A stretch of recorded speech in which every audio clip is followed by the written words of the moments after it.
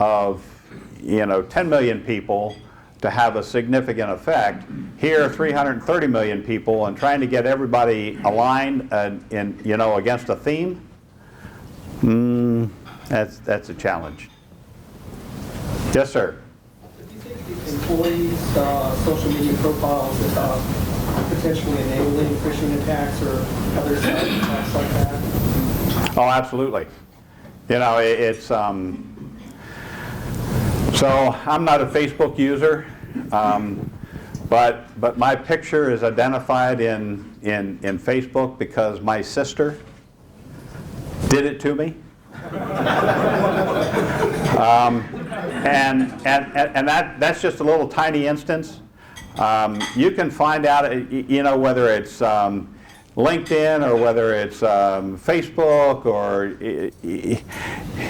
I'm not a Twitter user either, but, and there are companies that build social profiles on individuals.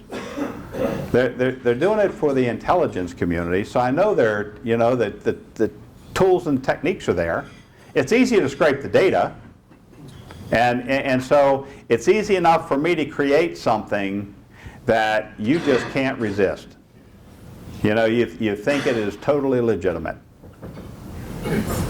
So it's harder for the individual. I'm maybe sound a little pejorative towards people's behaviors, but I also understand that it's really, really hard today because you can find out enough about an individual to craft something that looks really real. I think LinkedIn is a very good example, right? So LinkedIn, right, basically professional networking. And all the information's out there to know who's attached to who, and even the requests that come in can be made to look fake because all they got to do is say, hey, I'm first in line attached to so and so that you're attached to, right? And you say, okay, well, I'll accept the request, right? And that's all it takes. So it's kind of ironic that it's a professional networking tool, yet it's probably the prime to be used as the number one tool to scrape professional data off and identify targets. You have to believe that everything that's in LinkedIn is in that big database in the sky somewhere. Yeah, exactly. Yes, sir. Along those lines, in your experience then on the human element, or it just keeps getting harder, right, and causing compromising systems, what's maybe the best way to improve upon that, right? Is it training? Is it better technology, access control? Just wondering what your thoughts there are on, how you make it the best you can. As it may not be solvable, but it is maybe improvable. So it's not because I sat on the board of SafeNet, but I think a company has to have a continual awareness program that pulls the latest information that's available on threats and vulnerabilities and behaviors, and makes that available to the workforce. And then on a regular basis, you have to sort of test people, and I mean that in a small way, but you have to test people to say who's really paying attention. I think SafeNet AT has a very, very good process for regular updates. The security officer, the SFO, is really, really focused. And there's some new DoD requirements on insider threat and a lot of things that cause the creation of the program. But I've lifted those sort of the functional programs and helped commercial companies that are just trying to be better at what they do. Differentiation is everything today. Whether you're a small company or a big company, if you can differentiate yourself in positive ways, here's our track record. And so it's finding ways that enable you to keep every employee sort of at a readiness level that's high, aware of the environment around them, you know, maybe you celebrate the quarters where nobody did anything bad, and bad, small b. You celebrate the successes in incremental ways like that that help people understand why it's important. You know, it's the same thing if you're own a construction company and you go for a month and you don't have any accidents. You know, and you celebrate that. Well, people say, okay, I'm going to be a little more careful. Human nature, and again, it doesn't work in this engineer's brain, but human nature is a challenging thing to deal with. What we're giving people today are tools that they never had before to do things that they never imagined, and without thinking through what's the long-term implication. Now I go back to if we were a drug, we'd be tested, we'd have field trials, we'd know what the side effects were, we'd be regulated in some way. Any company can create anything today and push it out on the market, and if you get there before the next guy, you know, it used to be that all of us were beta testers for Microsoft. You know, they've gotten a whole lot better in the last 20 years. But we used to all be beta testers for Microsoft because they'd create it and they'd just throw it out there. And there was a reason why they said every time something happens, it would automatically get fed back to Microsoft so they could better understand their user environment. We were beta testers. And that's a simple example of, we can do some pretty serious damage today. And we just, there's no regulation. Yes, sir. Just anecdotally, I guess I can veer and make it professional too from a crisis management standpoint. How did you survive the meetings with the Admiral? I was curious. I was thinking you were going to say how because it sounded like you had a long time to sort of take some heat. My first experience in the military, I was in the Marine Corps. So Navy admirals don't bother.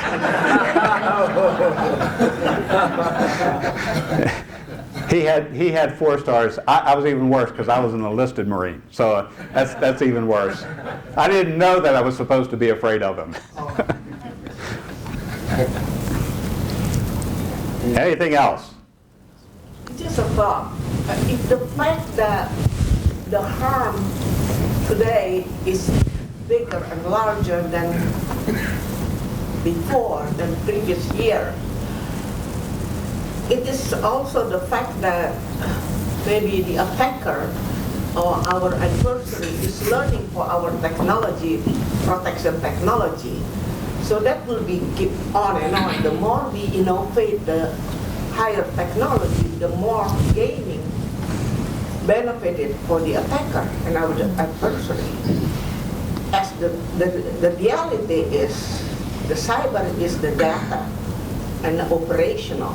Don't you think that our technology should focus on the data, not the protection, is the data, how to make the data is in a different language or many other innovation rather than to developing technology and gaining our adversary from it? It's an oversimplified answer, maybe. I think there are people much smarter than myself who have concepts about how to really advance the solution space that we just haven't seen, and I think it's going to take that kind of a significant change in order to really have an effect. I think in the meantime, until the big idea happens, I think the more we can make it difficult for the adversary, protecting the data object, increasing the work factor. There's a whole group up at MIT that are focused on increasing the work factor. Meaning, how do you make it harder for the adversary to be successful using every tool in the toolbox? It's not perimeter defense. It's not identification and authorization. It's a whole set of things that have to be pulled together. Our big problem is integration. How do you take and leverage all of the tools and techniques that we have, integrate them in a way in which it's usable by the person who has to actually do work today, and make the environment more secure. These are, we think the Manhattan Project was a complex endeavor back in the 40s. Simple compared to this. All they had to do was, understand the laws of physics. We have to understand the laws of physics and the laws of human beings. The second part is the huge challenge. And it's going to be contributions from lots of people, many of whom we may not think of in terms of, Mary Aiken was a psychologist who all of a sudden saw cyber as a domain that bared research. She works for Interpol, she works for FBI, she's a world-renowned speaker. She's a fascinating woman to talk to, and she will scare you in terms of what's in the realm of doable today from what she sees from her law enforcement connections. And it's people who had a tendency to do bad things years ago didn't have the mechanisms to do that. And today, they do. And some people who are unwitting become accomplices simply because it seems innocuous, it seems innocent, it seems, this challenge. We always talk about cyberspace as if it's this technical world in which we all live. It's not. It is an ecosystem that touches virtually everything that we do or think on a daily basis. And that means the problem is harder. If it's purely a technical problem, we get a bunch of brilliant people together, we'd lock them in a room, feed them pizza, beer, not let them out to go to the restroom, and we get a solution. Can't do that with this. You can't do that with this. It's different. Okay. Last call. I've got one. Up. So I'm from Australia. I don't know if it's the same over here, but if I go and buy a fridge in Australia, it has an energy rating on it between 0 and 5 stars that tells me how energy efficient it is. There's been some discussion in the cybersecurity community in Australia that it might be beneficial to have a similar kind of scheme for the security of IoT devices. It's been jokingly called the cyber kangaroo rating. And it would measure at a very simple level. If you buy an IoT device, does it have a password that can be changed? Does it use encryption when you connect to it? Simple things like that. And there are many difficulties and challenges and some pros and cons to that approach. But I think it might help sort of engender a culture of everybody thinking about security in the same way that we start to think about energy. When I buy a fridge, I do think, is this an efficient one? Should I buy this? Or here's a better looking one that isn't as efficient, and I make a trade-off. Do you see schemes like that as being useful? Or? Absolutely. What I think is useful is what I would call the public-private discourse about things that aren't purely technical solutions. I've got a stronger firewall, I've got a stronger IDS, I've got stronger techniques for doing because none of these things in and of themselves are going to solve the problems. We need the social scientists, we need the others in this conversation to help identify what are those simple things. Like you cite a good example. If I'm going to buy a new appliance, I'm going to look for the energy rating as well. So what are the things that would cause people to just pay more attention as they're making decisions? And they're not technical. Kind of behavioral economics to some extent. Yeah, it is, the decisions are not technically driven. They're behaviorally driven. So whose job is it to do that? Energy Star, I don't know what department they are, but is CISA going to step up with the cyber kangaroo? So here's where, you know, in the U.S., I couldn't point to an entity who's got that responsibility. You know, organizations may say they've got a certain part of the space. I just think, you know, I would much rather see a, quote, cybersecurity conference. You know, there's one every day. And you go and you can listen to the same people tell the same story and, you know, all of that. I would much rather see a conference where people are going to focus on sort of the non-traditional approaches to solutions and invite the social psychologists and invite our friends from Australia or our friends from the UK or our friends from Bulgaria and have a dialogue about sort of what's working, what's not working, what are some new ideas. We too quickly think in this technology space that unless it's a piece of tech that we can monetize in some way, it's not part of the solution. And I think the solutions are very, need to be much more diverse than that. Okay, Great. Kurt. Thank you very much. Thanks. You're welcome.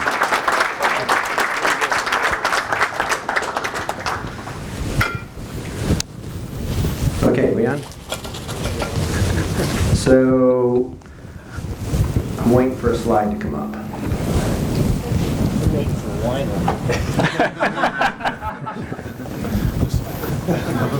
It's coming.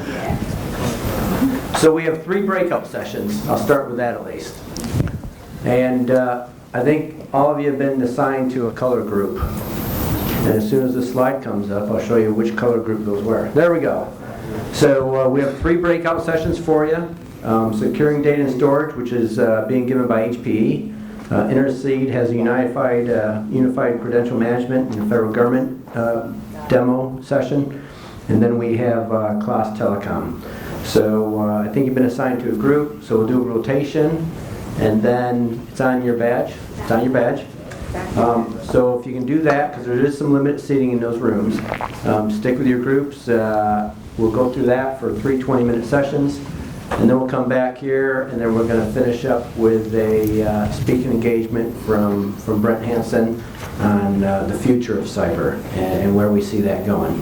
So, Answer man was right here. I didn't realize that's it. right. Answer man's right here. We don't know if he has answers to your problems or not, though. That's the problem. So, okay, so we're going to break out now, right, Allison? Okay, we're going to break out now.